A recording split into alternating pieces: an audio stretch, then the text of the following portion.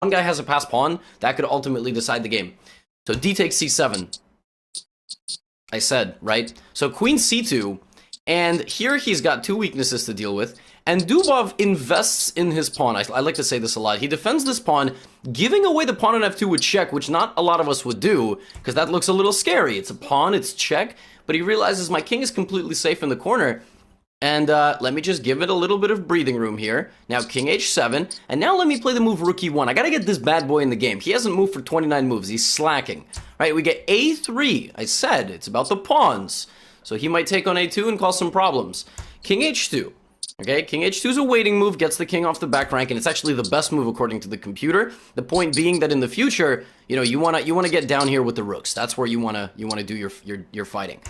So we get g5 out of Karyakin, who gives his king some space. Knight to d4, which attacks the queen. And if this trade occurs, then you've lost the main attacker, basically. Black doesn't have a bishop on b6 anymore. I'm going to play rook d7, rook e7. My king is completely safe.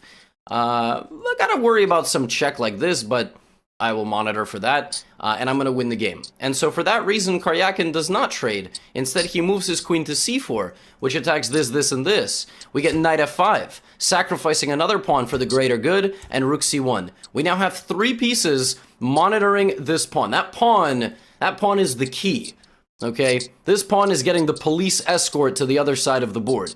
King to g6, rook takes g7 check. So now we have to trade the rooks, right? And I remove your defender of the back rank, but instead Karyakin takes the knight, takes, and then sacrifices the bishop for the pawn. So we got two rooks and a bishop. Now the key here is not to lose this pawn, because that will make your life a lot harder, or it's to win this pawn. If you can win the a3 pawn, two rooks and a bishop coordinate beautifully. Queen b2, we see rook c5, and Karyakin could have went back here, but then he would have been laddered, right? He would have just gotten cut, and then over the course of time, he would have been checkmated. So instead, he ran his king to the center, but then there's rook d8.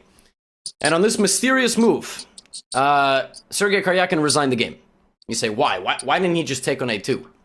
He didn't take on a2 because it's mate in 2. The queen stops guarding the diagonal, and rook e5 check. Nice, in the middle of the board. King has only one legal move here, and here you have mate. Rook f8 is mate in 2, because the queen sacrifices. You also have just a very nice ladder checkmate in the center of the board. The king cannot take the rook because of the bishop. The king cannot move forward because all of the squares are occupied, and that's that. It's not clear in this game where Sergei Karyakin made a mistake. That's how you know it's a crazy game. It's an extremely high-level game.